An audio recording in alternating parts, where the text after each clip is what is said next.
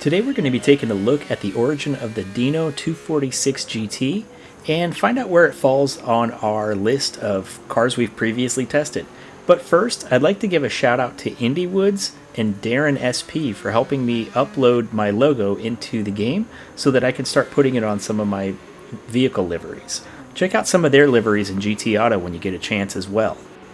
The 1971 Ferrari Dino 246 GT is a landmark in Ferrari's history, representing a bold departure from the brand's established norms and introducing a nameplate that would become legendary in its own right. Here's the story of this iconic mid-engine sports car. The Dino line began as a tribute to Alfredo, or Dino, Ferrari, the son of Enzo Ferrari, who tragically passed away at 24 due to muscular dystrophy. Dino had been deeply involved in Ferrari's engineering efforts, particularly the development of a compact V6 engine for Formula 2 racing. Enzo Ferrari decided to honor his son's legacy by creating a line of cars named Dino, which would feature V6 or V8 engines instead of Ferrari's traditional V12s. These cars would be positioned as more affordable alternatives to the Ferrari's mainline models while maintaining the brand's commitment to performance and innovation. The first Dino model, the 206 GT, debuted in 1967. It featured a 2-liter V6 engine mounted midship, a first for a Ferrari road car. Its lightweight aluminum body and sleek design set the stage for what was to come, but it was the 246 GT, introduced in 1969, that truly cemented the Dino's place in automotive history. The 246 GT was powered by a larger 2.4-liter V6 engine producing 192 horsepower. The engine was based on Dino Ferrari's original design and was mated to a 5-speed manual gearbox.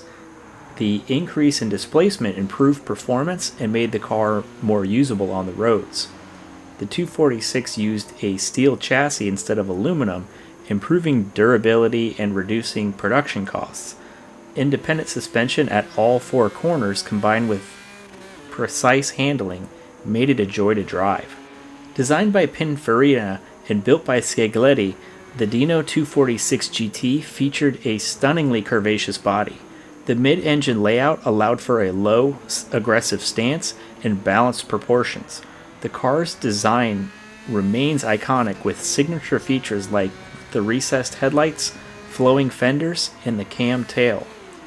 The interior was simple yet elegant, with supportive bucket seats, a driver-focused dashboard, and high-quality materials. Visibility was excellent for a mid-engine car of the era.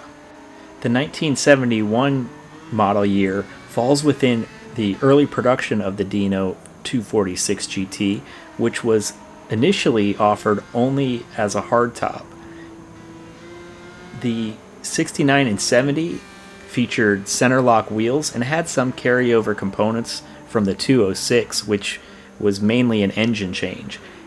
The 70 and 71 were transition models, which had the 5-bolt wheels and improved gearbox and synchros.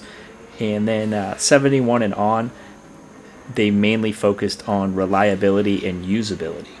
The 246 could accelerate from 0 to 60 in about 7 seconds with a top speed of 146 miles per hour or 235 kilometers per hour.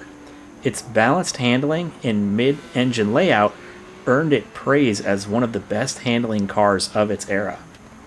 Interestingly, the Dino was initially marketed under the standalone Dino brand rather than as a Ferrari. Enzo Ferrari was initially reluctant to use the Ferrari name on a car with fewer than 12 cylinders, considering it an affront to the Marquis V12 tradition. This marketing decision created a unique identity for Dino cars, though enthusiasts universally recognize them as part of Ferrari's legacy today.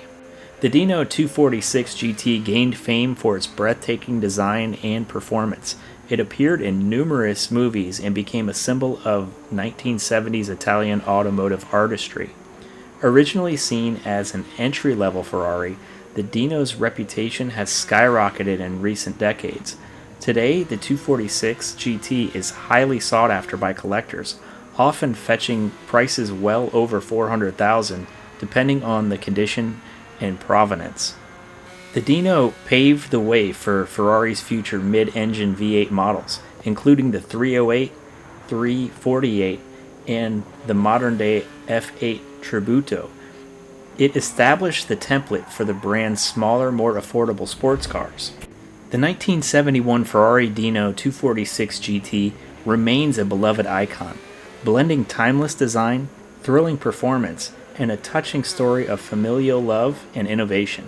It stands as a tribute both to Dino Ferrari's contributions and the brand's ability to innovate beyond its traditional boundaries. If you've made it this far, please like and subscribe to the channel, and we're going to go ahead and take this thing over to Tokyo and see how it handles our loop.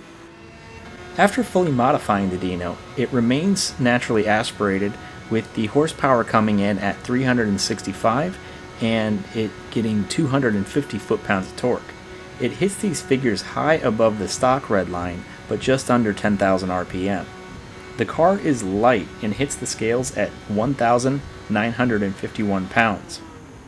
This makes the 246 an excellent car for the corners, but it will bounce off the curbs aggressively, as you may have seen a little after 5 minutes in this video.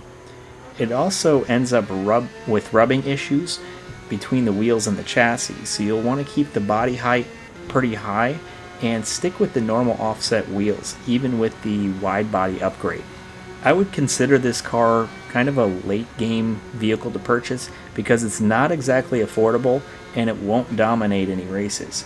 You can run it in Group 4 by slightly lowering the 703 performance points, but you'll probably want to set the game to easy as well. It's a lot of fun to drive once you get the suspension set up, so it is worth picking up when you're looking for fun things to do in the game. It's always fun to drive a relatively slow car fast. The Dino was able to get through 7 laps without having to refuel, and it was relatively easy on the tires as well, with the front tires wearing at about 5% and the rears wearing at 10%. This is pretty typical of a lightweight car because the limited mass of the vehicle is just less abusive to everything, and you can actually take advantage of that fuel efficiency in order to skip a few laps that maybe the competition will have to use, so you can use that advantage. The Dino also has a lot of personality behind the wheel, and it's pretty unique to look at, so it really gives you a nice opportunity to drive something special. It ended up crossing the line at 2 minutes 8 seconds .126, which actually makes it the slowest car on the list under 700 performance points. But speed isn't everything. Anyway, I appreciate you guys watching, and if you missed the video on the Eckert Mach 40, please check it out here. I always appreciate you guys watching, and we'll see you in the next one. And if you'd like to add this livery to your car, search on keyword Dolphin.